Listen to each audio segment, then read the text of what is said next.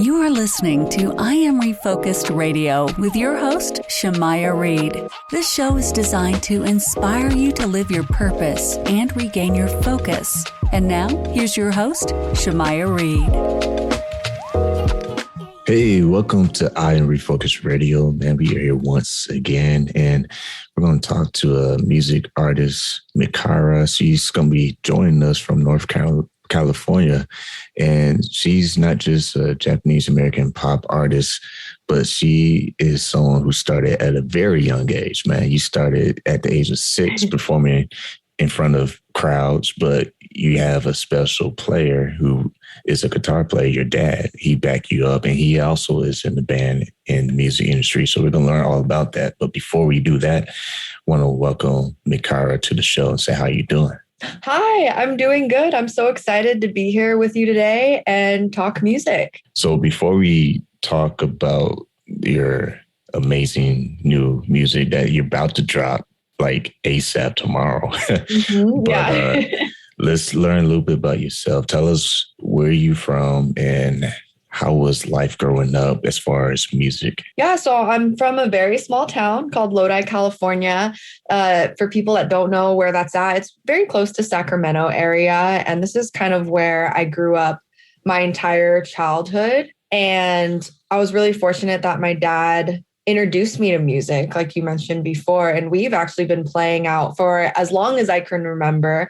I think the first time I hopped on stage was when I was about 6 years old. And that's when me and him started performing in front of live audiences. And that kind of sparked the rest of my journey. And what kind of music was your dad into? And what was that first time playing with him? Like, what was that like? Oh my God. So he's into a lot of different music, a lot of rock, folk, jam band, kind of like all the classics, I'd say. Like he's definitely super into Johnny Cash, Tom Waits, like that kind of genre.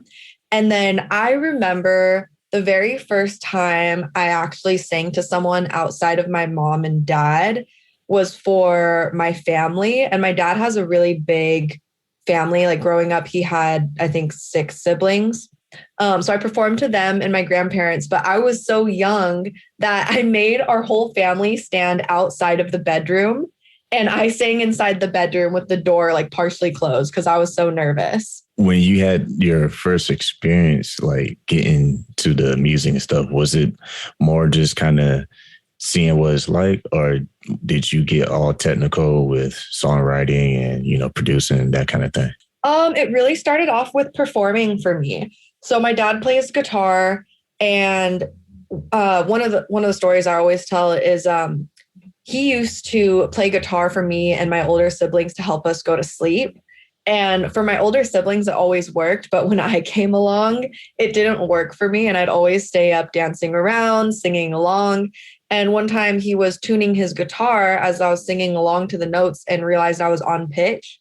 And that's kind of when my parents decided to put me in choir, into voice lessons. And that's what kind of sparked my singing career and my performance career and getting me on stage. And when it comes to your dad, who has a band, he has 2 bands, right? Just the one. Just one? Yeah. And what's the name of the band for the audience? K-Doh The Doh-Nutz. How has that influenced you to start your own career? So it's actually really funny. We started a band when I was maybe 10. I was probably like middle school. And that's actually the first band that we had. So he didn't get his own band until I left for college because he lost his lead singer and he had to kind of take over and do the singing and playing on his own. So when I was younger, the band was called, I don't remember, what was our original name? Oh my God. Okay, we were called KO because my dad's name is Kevin O'Connell and my legal name's Corinne O'Connell. So we were always going by KO, and we played this show at the Lodi Grape Festival, and they announced, up next is the Knockouts. And everyone's kind of looking around like, oh, there's no band going up. Like, we don't know who that is. And then all of a sudden we're like, oh my God, I think he means us. So we actually adapted that name and we became the Knockouts for the time being. So throughout middle school and high school, we played out with my dad and one of my best friends, Juliet, as well as some other people I went to school with. And we were called the Knockouts and played all around Lodi. And that was our band name for quite some time. And then when I left to college, that's kind of when I branched out into my solo career. And then that's when my dad branched out into his own music career as well. And I think something that has inspired him to start songwriting and performing live is my passion for music. So it's kind of interesting because we've kind of both inspired each other's music journey.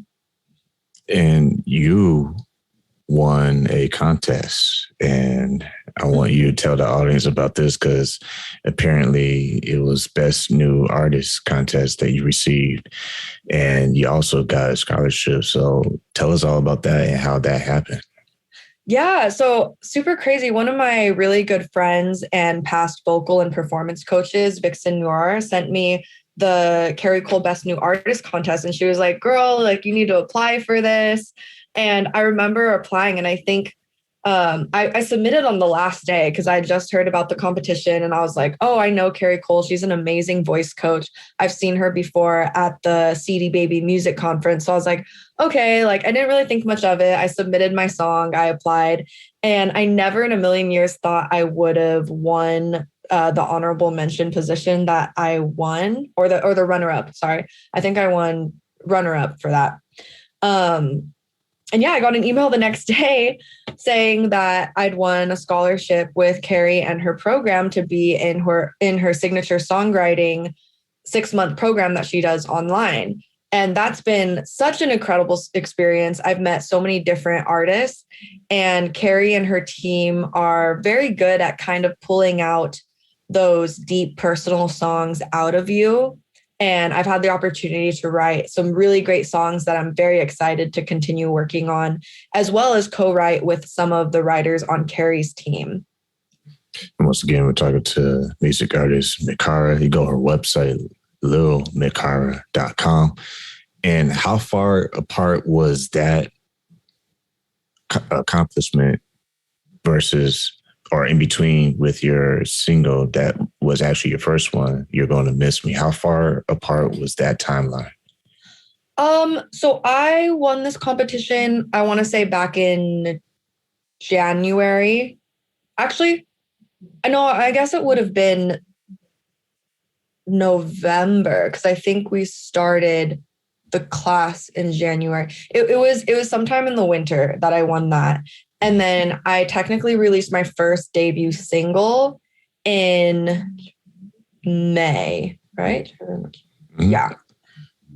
So did you take some of those lessons that you were getting inside the program? Did you apply that to that project or? So a lot of the songs that I'm releasing at the moment, I finished recording earlier this year or end of last year. So really the songs that I've learned through this or wrote through this program will be coming out probably later this year. That's interesting. And yeah. Did you, because I'm sure you had people around you that helped you with that sound engineering, producing, that. What did your dad have any part in helping you finalize your projects? No. So this EP that I actually have dropping next month, I did it all in LA, and I worked with this producer, Jeremiah Raisin, who's worked with Charlie XCX and Sky Fiera. So he did all the production for me. And then for my mix and master, I used a few different people. One of my friends, Michael Azuma, and then another one of my friends that has mixed and mastered all my past projects, Shane Pilgrim, did some of the mixing on this EP as well.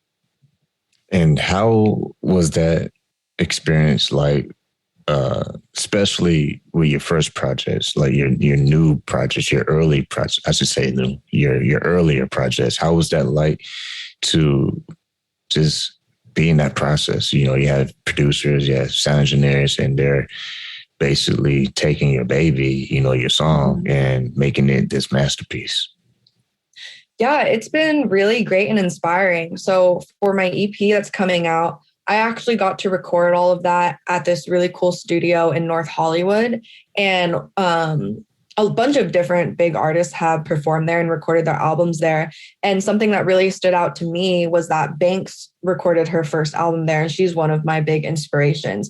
So it was just really inspirational to kind of be in that space, surrounded by that energy, and get to work with professionals. And we really knocked out the recording like super quick. And before we started the interview, you let me know that you have some new music coming out tomorrow, which is July 23rd. What's the name of the song? And what can you tell us before, we go out and check it out? Yeah, so the song is called Call Away, and it's one of the songs off my upcoming EP, which is called Melancholia. And I'm super excited because I actually just finally figured out what I was going to call the EP. And I'm just so excited for this song to come out. The entire EP kind of wraps up my time in LA. And I wrote it all when I first moved there. And it's kind of like a time capsule of that period of me living there. So it's a really special piece of my life. And for the song tomorrow, it's very like chill electro pop vibes. And I describe it as something that's really great to kind of jam in your car during sunset, like driving along Hollywood Boulevard or whatever, like very summer California vibes. And being out in Cali, I mean, I'm telling you, Cali is special. I always say that because it's true. And I've been there a couple of times in my lifetime. And it's just something about the vibe on the West Coast. Touch on that a little bit for the audience. How has the West Coast culture influenced your music and just how you put yourself out there as an artist? I definitely would agree with you that West Coast has its special vibe. And I feel very lucky to have grown up here. And we're really spoiled being here as well with the heat and the sunshine and the perfect weather all the time. Because I used to live in San Francisco. I've lived in LA, and everywhere has just been so nice compared to living out on the East Coast, which I've done before as well, living in Montreal. And it's interesting as you go to different places and travel, like the West Coast has influenced my sound because of there's a lot of, especially like growing up in Northern California, I'm influenced by a lot of Bay Area music. And I listened to a lot of rap growing up, which I think's influenced my sound in a way where I always want something that you can kind of like bop your head to or really like just like groove to. And then also growing up, I was really into the EDM scene. So even though I do pop music, you do see these little influences here and there, and you can hear like the synths and the electronic elements throughout my music as well, which has always been kind of a staple. That's a cool combination, man. So that makes me want to ask, how did you pick your producers and also sound engineers? Because that's a cool little mixture of different genres. Yeah, so it actually happened by chance. One of my coworkers was friends with someone who knew Jeremiah Raisin, and that he kind of paired me with him because I was looking for a producer. And I remember really struggling trying to find the right fit. And it just so happened that my coworker knew Jeremiah through someone else and got me the contact info. And once I talked to him on the phone, I was like, oh, it seems like we have a similar idea and sense of style and the way that and what I wanted for this EP. So yeah, it kind of just came together that way, to be honest. And putting yourself out there online, social media, everyone knows by now it's super hard work as an independent artist, putting yourself on the map and just getting people to hear you. Mm-hmm. How have you adjusted learning just from self-experience, just marketing yourself so that way you can attract new listeners? It's always a learning experience, and I feel like things are constantly changing. These last few years, we've all been trying to learn how to use Instagram to our best capabilities. And now we've all switched over to TikTok. So I feel like I'm constantly learning and trying to learn from people around me that are more skilled in those areas. And it definitely is hard sometimes trying to get in front of the camera, because I'm not going to lie. I'm like, oh my God, is this like narcissistic just to be like, hey guys, like I'm dropping a song, like come listen to me. Like I have the song of the summer. And that's not really in my personality. So it's hard to get into that zone sometimes for me personally. But at the same time, I have learned how important it is to have those presences. So for me, the challenge is learning how to be authentically myself in front of camera while also trying to promote something. And I think social media in general, right now at least, comes down to more authenticity. Whereas Instagram before was like, you can show the best of yourself and you're taking these pictures and editing them to look perfect. And now with TikTok, we kind of have to unravel what we learned from Instagram because you want to see what's more raw and real. So now it's kind of like behind the scenes and, you know, nothing has to be too perfect, but you still want to showcase your personality. And once again, talking to music artist Mikara, go to her website, littlemikara.com.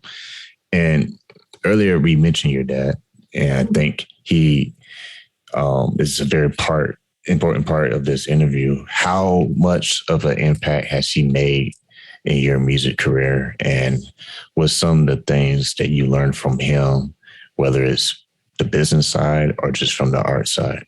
I think what I've learned most from him is just to love what you do and do what you do because you love it. Like, I don't know anyone that plays as much music as my dad just to play it. Like every night he'll play for like 3 hours in his room just for himself. And I think with music, it's so important to play for yourself and write for yourself first. And you don't want to write or play just to become famous. You don't want to have that end goal necessarily because you won't be happy that way. Like if that's your goal with music, you're never going to be happy. You have to truly love the music and love what you're doing and love what you're making to be happy. And I think that's what's most important. And he's also just taught me to follow the things that you're passionate about. And something I live by every day is to encourage people to follow what they're passionate about. And I really think the world would be a better place if everyone had the freedom to do that. And is there a music instrument that you learned how to play over time, or is there one in particular that you will want to learn? Yeah, so I learned piano growing up. I did a little bit of guitar, but piano is pretty much my main instrument at this point. Oh, that's awesome, man. So is that going to be maybe something that we will hear in your future projects, or? Possibly. I'm actually working on it more for my live show and doing more of an electro pop performance where I hook up my piano through my computer to create a synth and then performing with like drum pads and stuff like that. So I do have things in the works.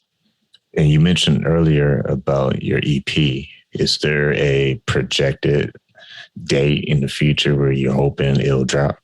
Yes, it is coming out on August 6th, and it's called Melancholia. That's awesome, man. Well, time always flies by when you're having fun. But before we let you go, what's that one thing you're hoping that people connect to and just remember you by? I just really hope people connect to the music. Like one of the best things about being an artist is getting those messages from friends and fans who are like, hey, like this song really connected to this experience that I'm going through. And like for me, I just want to remind people that they're not alone and that a lot of these experiences we share together. And sometimes it feels really lonely because at the time we might think like, oh my God, I'm going through such this hard thing and no one's going to understand it. So it's so important for me to release music that's true and authentic to myself so other people who have gone through similar experiences to me can know that they're not alone. And we all know that COVID-19 is a hot topic and unfortunately it's starting to become more, dominating the news cycle nowadays, even recent days. What are you looking forward towards the most when it comes to being on that stage? Well, I've actually been very fortunate to be on stage every weekend this summer here in Lodi. Because it's a smaller town, we haven't had too many issues here with COVID, which is fortunate. But of course, now we see LA masking up again. So who knows what's going to happen. Right. But I'm super thankful that I've gotten to connect with friends and fans these last few weeks. And hopefully that will continue for some time. But yeah, it's just the best to get on stage and share the music and share the performance and the energy and really get to connect with people one-on-one through the performance and after the show. Once again, talk to Mikara, and you can follow her on Instagram, social media. Mm-hmm. Go to her website, littlemikara.com. Man, I'm going to let you have the floor. What would you like to tell your fans and listeners out there who check out your music? Yeah, make sure to check out my song tomorrow called Call Away by Mikara. It's on all streaming platforms, so wherever you listen to music, you can search it there. And then my EP, Melancholia, comes out August 6th. And if anyone's in the Lodi, Northern California area, I am going to be having my EP release party at Ollie's Pub in downtown Lodi. And that's going to be a ton of fun. It's a great venue. Congrats. And thank you so much, Mikara, for being on the show on Refocus Radio. Thank you so much. Thank you.